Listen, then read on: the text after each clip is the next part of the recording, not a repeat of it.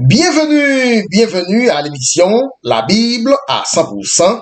La Bible à 100%, une émission qui commence toujours avec la Bible à 100%, une émission qui continue avec la Bible.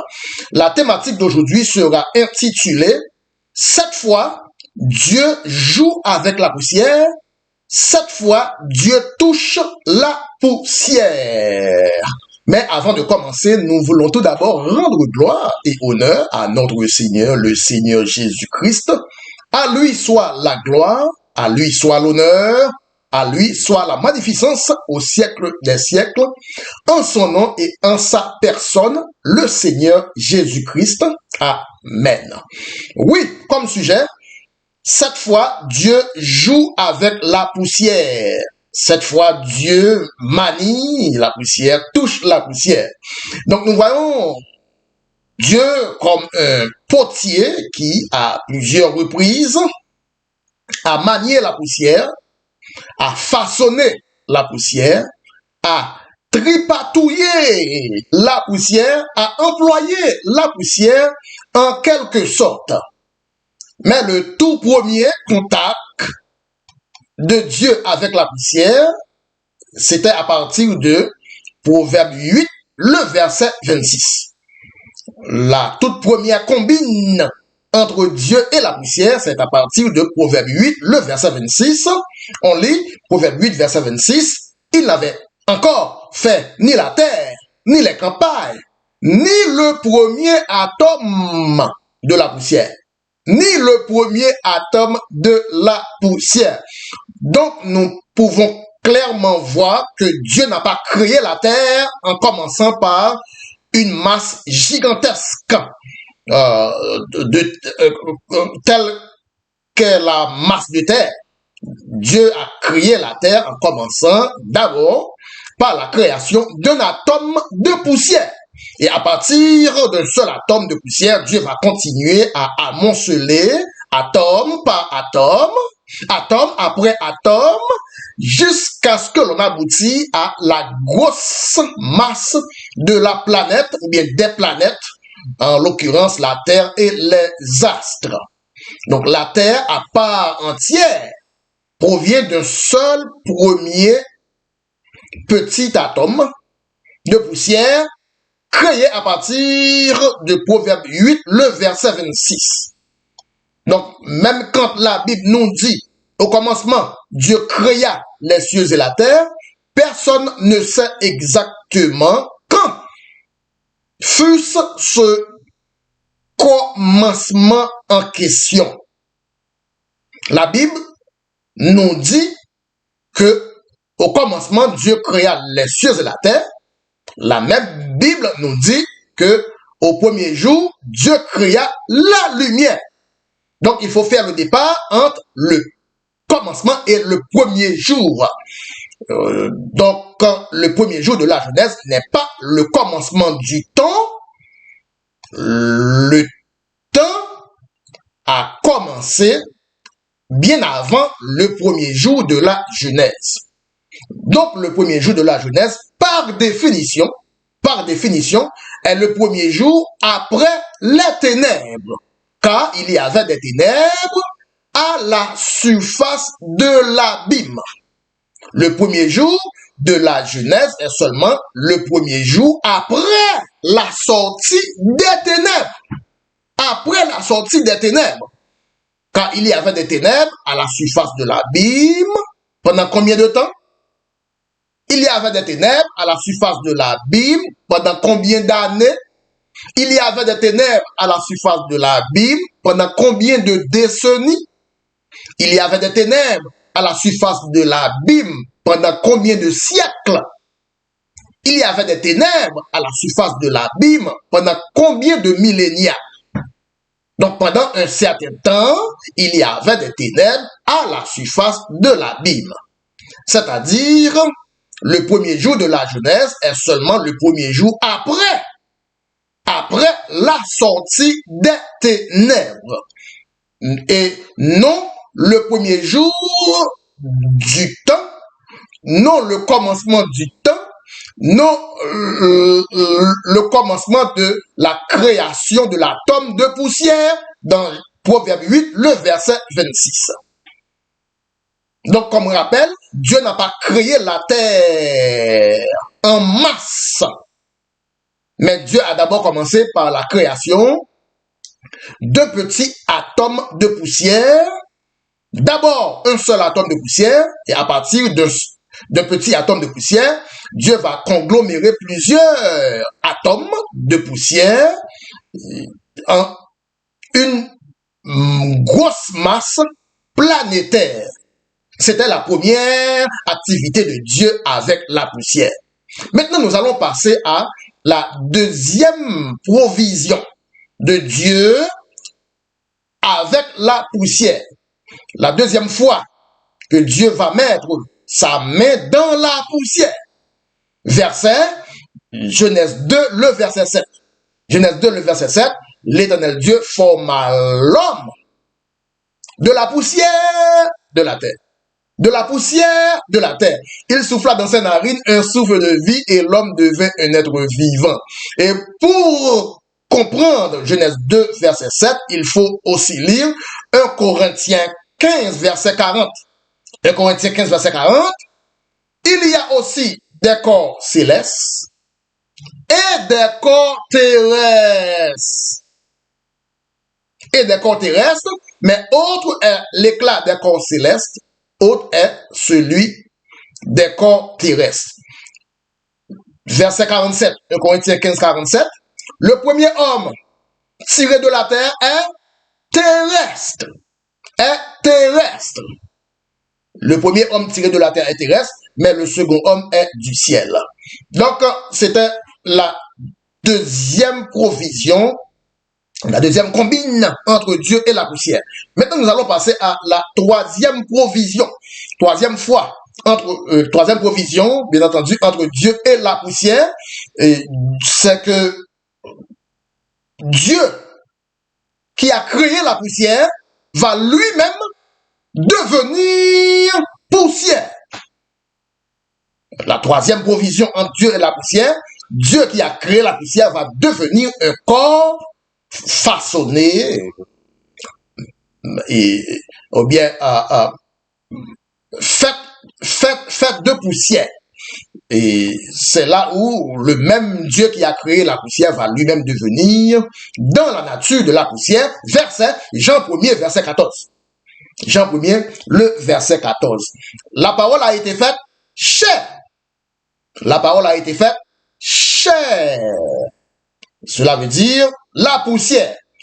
En d'autres mots, la parole a été faite chair ou la parole a été faite poussière, car la chair est formée de la poussière et ainsi donc la parole a habité parmi nous sous la forme de poussière, car la parole a été faite chair, la parole a été faite poussière. Donc, elle a habité parmi nous, pleine de grâce, de vérité. Nous avons contemplé sa gloire, une gloire comme la gloire du Fils unique venu du Père. Ensuite, nous allons lire Philippiens 2, le verset 7. Pour comprendre Jean 1er, verset 14, il faut lire Philippiens 2, le verset 7. Il s'est dépouillé lui-même. Il s'est dépouillé lui-même. Comment? En prenant une forme de serviteur, en devenant semblable aux hommes. Semblable aux hommes. En devenant semblable aux hommes et ayant paru comme un simple homme. Comme un simple homme. Philippiens 2, verset 7. Ensuite, nous allons lire Hébreux 2. Hébreux 2, le verset 17. En conséquence, il a dû être rendu semblable. Semblable, le mot semblable, soulignez le mot semblable. Semblable en toutes choses à ses frères. Rendu semblable à ses frères, afin qu'il fût un souverain sacrificateur, miséricordieux, fidèle dans le service de Dieu pour faire l'expiation des péchés du peuple. Voilà, c'était la troisième provision entre Dieu et la poussière, la troisième combine, la troisième interaction entre Dieu et la poussière. Nous allons passer maintenant à la quatrième provision entre Dieu et la poussière. Quatrième provision, Dieu a mis son doigt dans la poussière et avec son doigt, avec le doigt, a écrit dans la poussière. Avec le doigt, Dieu a écrit dans la poussière. C'est Jean 8, le verset 3 à 8. Jean 8, verset 8, bien entendu. Mais nous allons lire à partir du verset 3. Alors les scribes et les pharisiens amenèrent une femme surprise en adultère. Une femme surprise en adultère. La plaçant au milieu du peuple, pardon. Il dit à Jésus, Maître, cette femme a été surprise en flagrant délit d'adultère. Et Moïse, dans la loi, nous a ordonné de lapider de telles femmes. Toi donc, que dis-tu? Il disait cela pour éprouver Jésus, afin de pouvoir l'accuser. Mais Jésus s'étant baissé, écrivait avec le doigt sur la terre. Jésus écrivait avec le doigt sur la terre. Et comme il continuait à l'interroger, Jésus se releva et leur dit, que celui de vous qui est sans péché jette le premier la pierre contre elle. Verset 8, et s'étant de nouveau baissé, Jésus écrivait sur la terre avec le doigt. Donc c'était la quatrième provision entre Dieu et la poussière, où Dieu a utilisé son doigt. Dieu qui a créé la poussière va maintenant utiliser son doigt pour écrire dans la poussière. Ensuite, nous allons passer à la cinquième provision. Cinquième provision entre Dieu et la poussière, c'est Jean 9, le verset 5 à 7. Jean 9, verset 5 à 7. Pendant que je suis dans le monde, je suis la lumière du monde. Et après avoir dit cela, Jésus cracha à terre et fit de la boue. Et fit de la boue avec sa salive. Puis il appliqua la boue sur les yeux de l'aveugle. Et lui dit, va, lave-toi au réservoir de Siloé. Donc, Dieu, le créateur de la poussière, cracha à terre dans la poussière pour façonner de la boue pharmaceutique, de la boue médicinale, de la boue thérapeutique, de la boue curative, de la boue qui guérit même les aveugles. C'était la cinquième expérience entre Dieu et la poussière.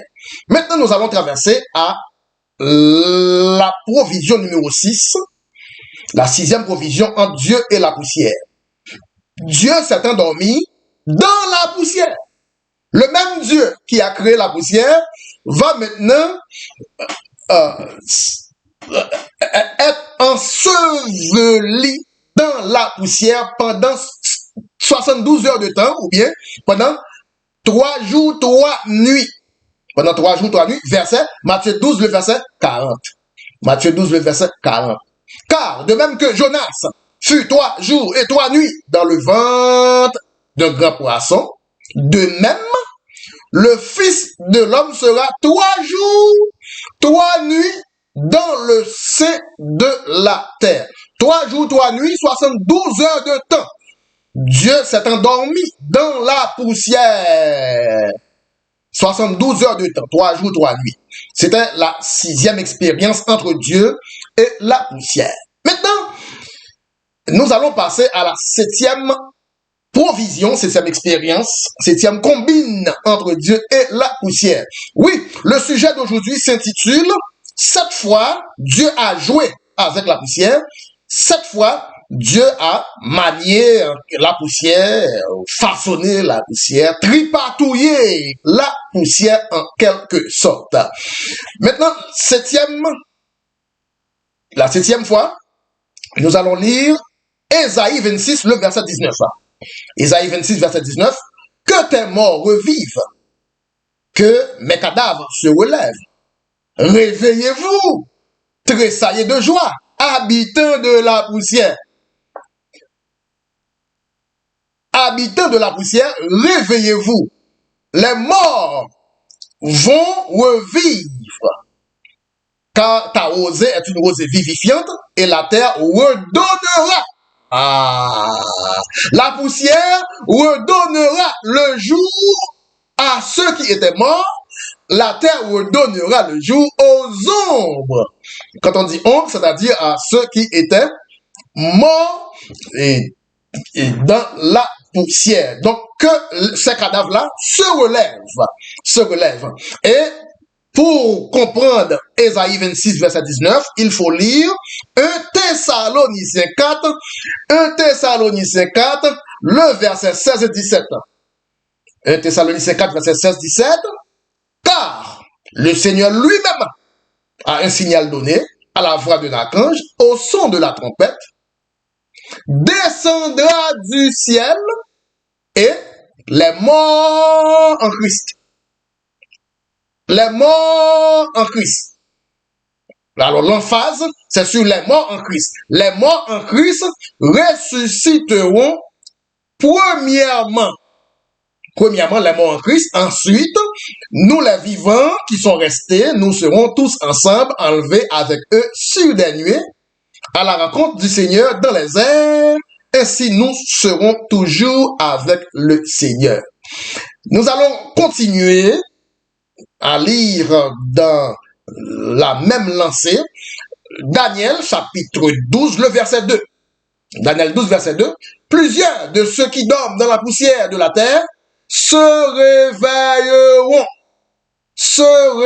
réveilleront, les uns pour la vie éternelle, les autres pour l'opprobre, pour la honte éternelle.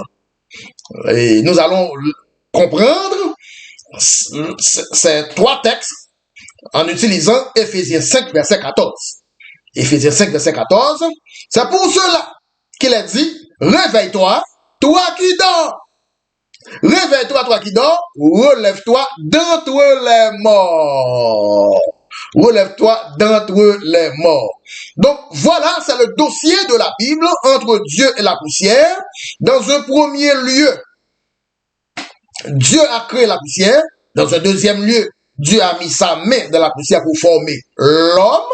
Dans un troisième lieu, le même Dieu qui a créé la poussière est devenu poussière.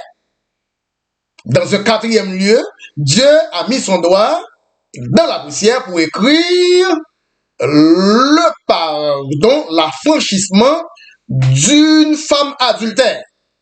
Et dans un cinquième lieu, Dieu a joué avec la poussière la poussière faisant de la boue pour guérir les aveugles. Et en sixième lieu, Dieu a dormi dans la poussière pendant 72 heures de temps, ou bien 3 jours, 3 nuits. Et en dernier lieu, septième et dernier lieu, Dieu va donc ressusciter ceux qui dorment dans la poussière. Et ils seront ressuscités à la vie éternelle.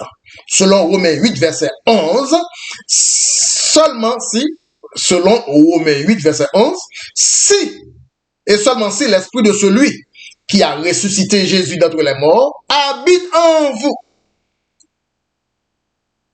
Celui qui a ressuscité Christ d'entre les morts rendra aussi la vie à vos corps mortels par son esprit qui habite, où ça? Dans le ciel? Non. Par son esprit qui habite en vous. Par son esprit qui habite en vous. Donc voilà, nous pouvons comprendre les activités de Dieu avec la poussière, les interactions de Dieu avec la poussière et les finalités entre Dieu et la poussière. Voilà, c'est la fin de cette édition de la Bible à 100%. Le sujet d'aujourd'hui, c'était 7 fois Dieu a joué avec la poussière. 7 fois Dieu a touché la poussière. C'était avec vous, votre très humble et très simple frère, le frère Bruno. Toujours avec vous, toujours à 100%. toujours la Bible. Et rendez-vous pour notre rencontre biblique, pour une autre table ronde biblique avec la Bible à 100%. Entre-temps, je vous souhaite toutes les bénédictions de Dieu. À tantôt et à bientôt. Bye bye. Je vous aime bien. Bye bye.